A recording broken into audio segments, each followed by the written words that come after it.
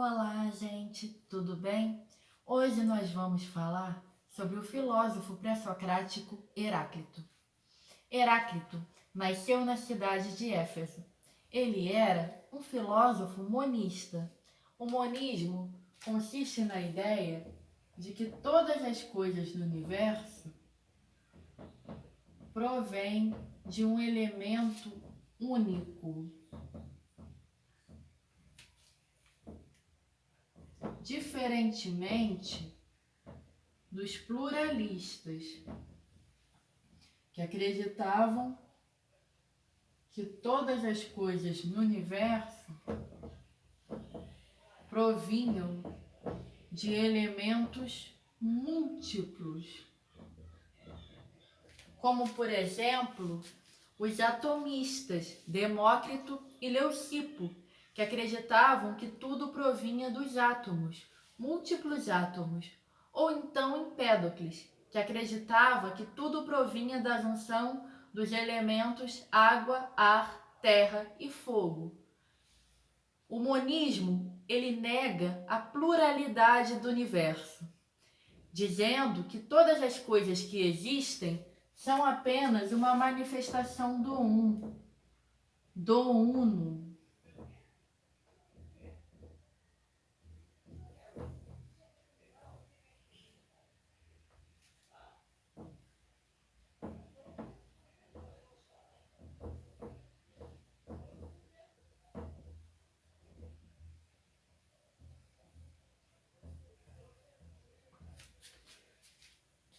O Heráclito, ele buscou conciliar a ideia da unidade do ser e da mutabilidade das coisas, entre a ideia de que o ser é um e de que as coisas estão em constante estado de mudança. Ele acreditava que o universo era regido por um duelo entre opostos, uma guerra entre contrários. Ele dizia que a guerra é mãe e rainha de todas as coisas. Usando uma palavra grega, é um duelo de agon, um duelo agonístico. Ele dizia que as coisas só existem, só são o que são, porque existem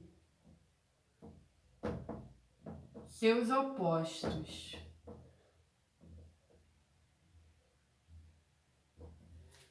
Por exemplo, só existe covardia porque existe a noção de coragem. Sem corajosos, não há noção de covardia, e sem covardes, não há noção de coragem. Nós só valorizamos uma coisa através do oposto dela. Só valorizamos a virtude da coragem, por exemplo, só damos sentido a ela porque existe a noção de covardia. A mesma coisa se aplica para os conceitos de bom e mal, quente e frio, claro e escuro. Não tem como definir uma noção de bom, de quente ou de claro sem uma noção de ruim, de mal, de frio ou de escuro. Ele dizia que uma coisa não é uma coisa, e sim um conflito entre ser e não ser essa coisa. E era através dessa guerra entre opostos, batizada de dialética,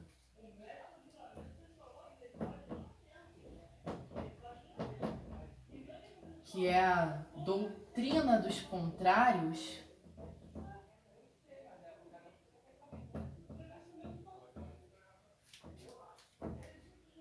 que surge a harmonia do universo, o logos, que significa razão ou causa do mundo, a lógica do mundo. A palavra lógica vem de logos. O cosmos, o universo, tudo que existe, só é possível por causa da dialética, por causa desse conflito entre contrários. Ele dizia que o divergente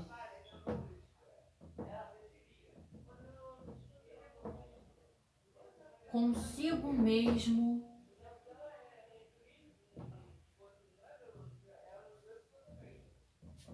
concorda.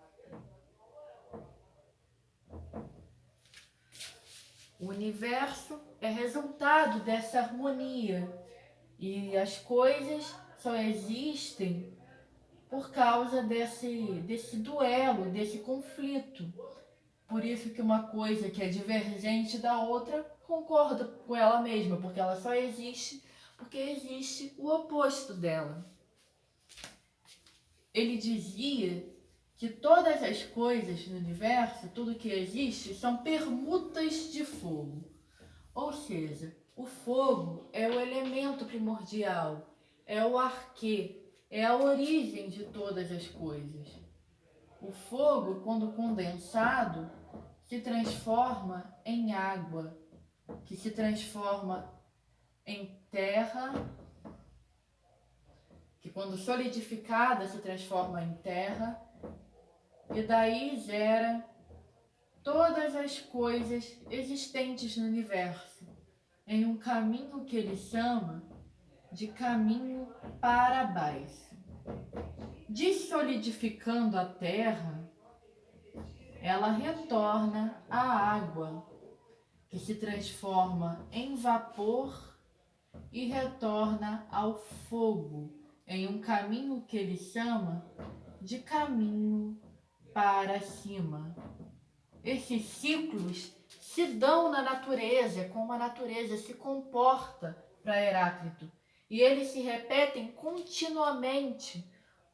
São ciclos que se repetem continuamente por toda a eternidade na natureza. E esses ciclos são possíveis por causa dessa dialética, por causa dessa tensão entre contrários, desse conflito entre opostos. Ele dizia que o cosmos é um só e nasce do fogo e pelo fogo é consumido. Tudo, para ele, está em constante estado de mudança, de transformação, como vimos. Ele vai dizer em sua obra: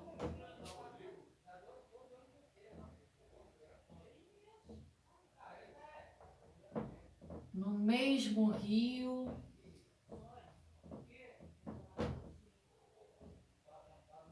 entramos e não entramos. Somos e não somos. Ele também diz uma outra frase parecida: em mesmo rio não se pode entrar duas vezes, nem substância mortal,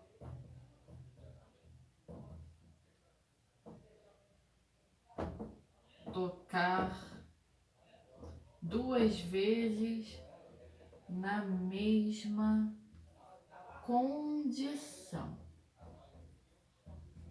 Ou seja, não é possível entrar duas vezes no mesmo rio. As águas do rio não serão mais as mesmas. As águas novas imediatamente substituem as águas nas quais a pessoa havia entrado. E a pessoa que entrou não é mais a mesma. Ocorre uma série de mudanças. Mudanças bioquímicas no corpo, mudanças na química da água, a movimentação das águas. Então não se entra duas vezes no mesmo rio. Nem o rio é o mesmo e nem nós somos os mesmos que havíamos entrado a primeira vez. Usando uma frasezinha grega, uma pequena frase grega para definir o pensamento do Heráclito, uma frase que ele dizia: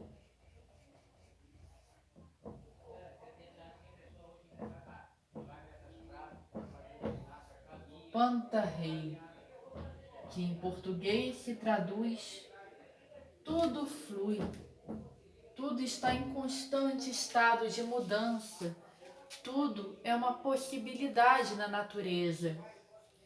Esse movimento da natureza é chamado de devir, que significa tornar-se,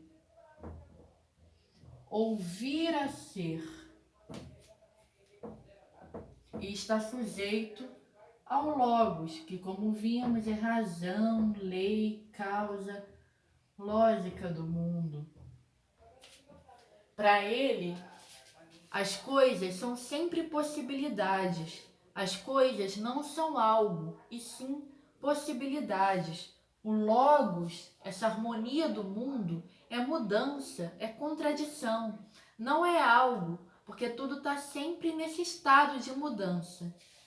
Levando tudo isso em consideração, ele vai afirmar que o fogo, como vimos, é o elemento primordial, pois o fogo traz essa ideia de mudança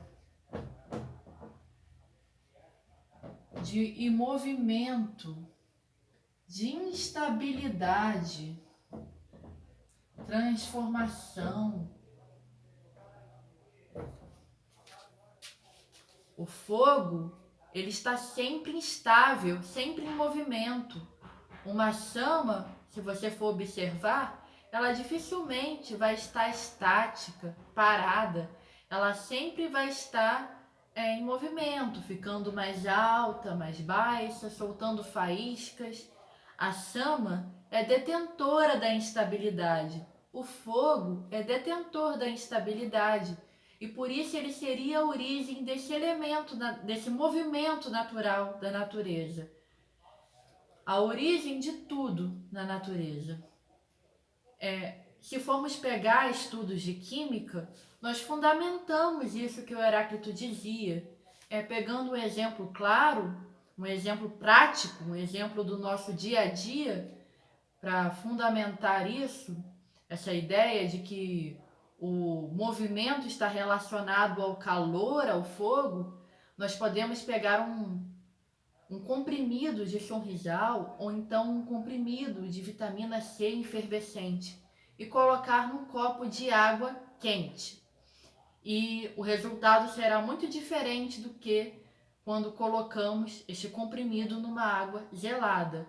A energia cinética, a movimentação das partículas presentes ali naquele comprimido é maior diante do calor, diante do aquecimento. Na água quente, aquilo ali vai se dissolver muito mais rapidamente.